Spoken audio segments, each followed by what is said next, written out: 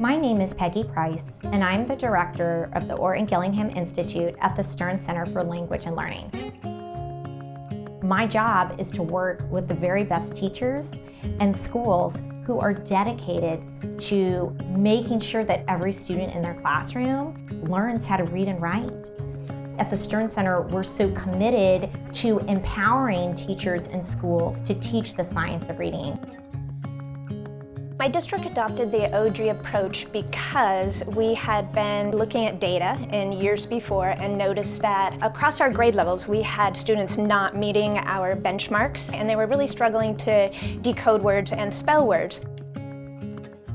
I would describe Orton-Gillingham as being a really explicit, structured approach to teaching literacy that uses multisensory activities during that time.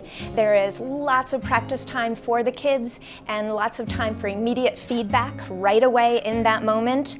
I would say the OG approach is going to fit all of your students' needs in your classroom. I have two multisensory activities that my kids have absolutely loved during my OG lessons. One is the use of a lot of hand gestures. So when we're working with the prefixes and the suffixes, this has really helped them to memorize what those prefixes mean when you're adding them to the base word and how they're changing what that base word means.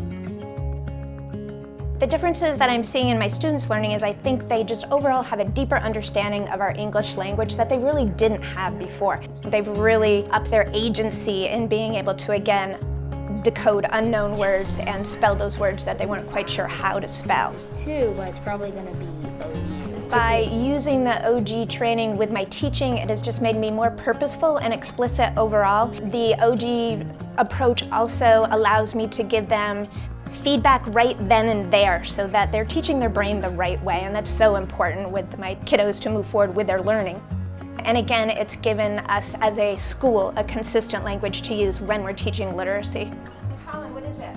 I strive to take on professional development that's going to help me understand the latest best practices and brain-based researches so that then I can bring those back into my classroom and give my students opportunities that will allow them to be as successful as they can be.